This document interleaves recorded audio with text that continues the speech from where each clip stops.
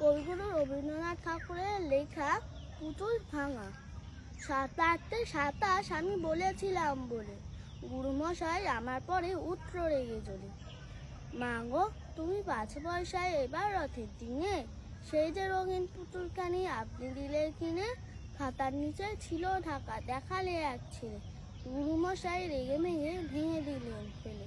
বললেন, তোর দিন রাত্রির কেবল যত খেলা, একটুও তোর মন বসে না পড়াশোনার বেলা। মা গো, আমি জানাই তাকে ওর কি গুরু আছে, আমি যদি নালিশ করি এক্ষুনি তার কাছে।